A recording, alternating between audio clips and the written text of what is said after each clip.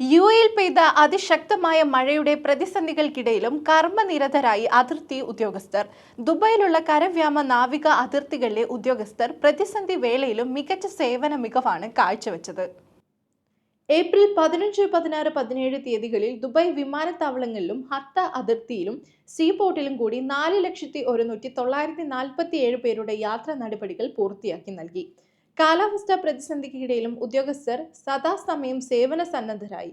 ദുബായിലെ general directorate of residency and foreigners affairs മേധാവി lieutenant Muhammad general Ahmed അൽ മറിയുടെ നേരിട്ടുള്ള മേൽനോട്ടത്തിലാണ് ദുഷ്കരമായ സാഹചര്യങ്ങളിലും ദുബായിലുടനീളമുള്ള യാത്രക്കാർക്ക് സേവനം ഉറപ്പാക്കിയത്. പരമാവധി സുഗമവും വേഗത്തിലുമുള്ളതുമായ സേവനം ലഭ്യമാക്കാൻ ഈ വേളയിൽ വകുപ്പ് ഉണർന്നു പ്രവർത്തിച്ചുവെന്നും അതിനായി പ്രവർത്തിച്ച ഉദ്യോഗസ്ഥരുടെ കഠിനാധ്വാനത്തെയും സേവന മികവിനെയും അഭിനന്ദിക്കുന്നുവെന്നും ലഫ്റ്റനന്റ് ജനറൽ മുഹമ്മദ് അഹമ്മദ് അൽ മറി പറഞ്ഞു.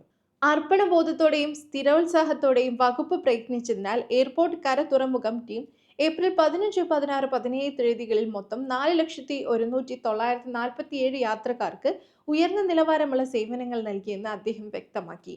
ഈ വേളയിൽ വ്യോമയാന ബുദ്ധിമുട്ടുകളുള്ള മറികടക്കുന്ന കാര്യക്ഷമത, ഉടനടിയുള്ള പ്രതികരണം, അടിയന്തര സാഹചര്യങ്ങൾ മുൻകൈയെടുത്ത് കൈകാര്യം ചെയ്യൽ എന്നിവ കൊണ്ട് അതിർത്തികളിലെ ഉദ്യോഗസ്ഥരുടെ സേവന സന്നദ്ധ കൂടുതൽ മികവ് തെളിയിച്ചുവെന്നും അദ്ദേഹം കൂട്ടിച്ചേർത്തു.